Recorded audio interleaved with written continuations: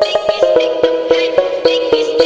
chismis, but it's none of your business. So, what's up mga lods? Muli na naman nagbabalik ang inyong PBA Chismis para nga magbigay ng PBA Updates. Hinebra, nakahanap na ng kapalit ni Jamie Malonzo. At blockbuster trade may niluluto daw sa PBA. Halika't ating tatalakayin yan. Matapos manalo ng Barangay Hinebra kontra Converge Fiber XRs sa Do or Die game, ay muli na namang nabuhayan ng mga Hinebra fans na ang Never Say Die spirit ay nagbalik na. Matapos na ma-shoot ang 3 free throw ni Jeremiah Gray, buhat nang ma-foul siya ni Alex Stockton sa 3-point line. At nagawang may panalo ang laban kahit na fouled out itong si Scottie Thompson sa pagpasok ng overtime. Hindi ba pagkakaila, nahirap din talaga itong Hinebra na talunin ng Converge sa Do or Die game. At tanging salitang swerte na lamang ang lumapit sa kanila. Kitang-kita ang kakulangan nila sa big man. Kaya naman, buhat ng mawala sina Christian Stanhardinger at Jamie Malonzo ay talagang naging liability nila ito sa team. 2023 pa, huling nagkampiyon ng Hinebra kontra guest team na Bay Area Dragon, na kung saan ay umabot pa nga ito ng Game 7 na ginanap sa Philippine Arena, Bulacan, na kung saan todo kahit nga ang naturalized player na si Justin Brownlee. At naghalimaw naman si Jamie Malonzo na sumungkit ng 17 rebounds. Imagine, ayan ang nawala sa gin mga lods. Kaya naman ganoon na lang ang hirap nila every time na may mga kalaban sila na maraming bigs, tulad nga ng Converge at SMB. Kaya naman hiling ng mga fans na sana ma-terminate na ang pag-ban kay Malonzo, na kung saan ay mas piniling lumaro sa Japan B-League. Ngunit sa ngayon nga ay malabo pa daw itong mangyari, kahit pa nakakuha ng ginto ang Pilipinas. At kabilang dito ang 6'7" high flyer forward, na kung saan naging susi para makamit natin ng panalo. Ngunit isang balita nga mga lods ang gumising sa mga fans ng basketball. Matapos maglabas ng hint ang vlogger na asawa ni Ray Parks Jr. na buntis di umano ito. Kaya naman tanong ng mga fans, baka naman mag-PBA na ito, lalo pat buntis nga ang kanyang asawa.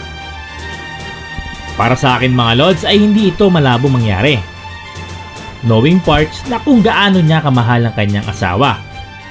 At hindi na rin naman talaga issue sa kanila ang pera, lalo pat pasok si Zainab Harake sa top 5 na may pinakamalaking kita sa YouTube. At ayon sa ating nasagap na chismis mga lods, ay interesado itong Hinebra para makakuha si Ray Parks. Sa kasalukuyan niya ay nasa TNT ang rights nito. Hindi naman ito malabo mga lods, lalo pat SMC ito at ang imposible ay nagiging posible sa kanila.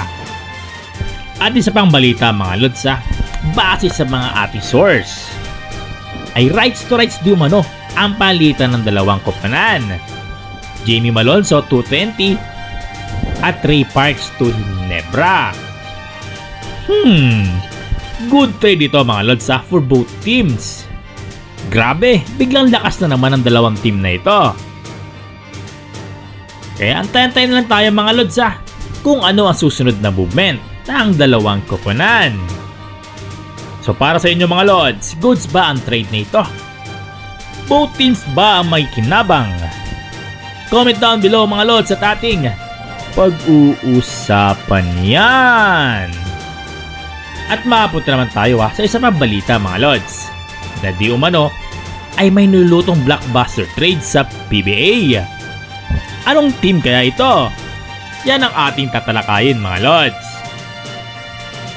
Kapansin-pansin na SMC at MVP lang ang nagkakampyon sa PBA taon-taon. At halos mag-10 taon na nang ganito ang nangyayari. Hindi ito maganda para sa liga. Nagpapakita lang na mga big companies lang ang naghahari. So paano na lang ang mga independent teams? Like Converge, Rain or Shine, Phoenix, Blackwater, at Titan. Hindi ko nasasama ang bulok na Terra Firma. Imagine, paano pa makakahatak ng mga bagong companies na gustong pumasok sa PBA kung ganito ang nangyayari? Kaya naman balita natin mga Lods na may nulutong big time trade di umano itong mga independent team. At mga star players di umano ang involved dito. At kabilang daw sina Alex Stockton, Cedric Bearfield, at Joshua Monson. At posible pa nga madagdagan ng mga yan. Talagang medyo revamp nga ang mangyayari mga Lods. At balita din natin mga Lods nagigil na rin makahanap na legit big man itong Rain or Shine. At lahat ng players ay po pwedeng malipat. Depende sa mapagkasunduan. Exciting ito mga Lods. Nakikita na natin na seryoso ang mga independent teams na mag-upgrade ng kanilang lineup. Kaabang-abang talaga ang susunod na mangyayari mga Lods. At sana naman kung matuloy ang mga nilutong trade na ito ay talagang magbe-benefits ang mga teams na involved at talagang papalagna sa mga big companies. At sa isa pang balita mga Lods na mag-upgrade daw ng lineup itong Magnolia. So bago nga yung mga Lods ay shoutout muna tayo. So shoutout sa iyo Lods Shane Reyes from Makati. At shoutout din sa iyo Lods Kim Ras. Maraming salamat sa panonood mga Lods At interesado nga sila di umano kay Alex Stockton na willing nga ibigay si Javi Gomez de Liano. Mukhang magsasamang magkapatid sa Converge. Mas okay to mga Lods. Kayo mga Lods, sino ang inaasahan nyong malilipat bago magsimula ang next conference?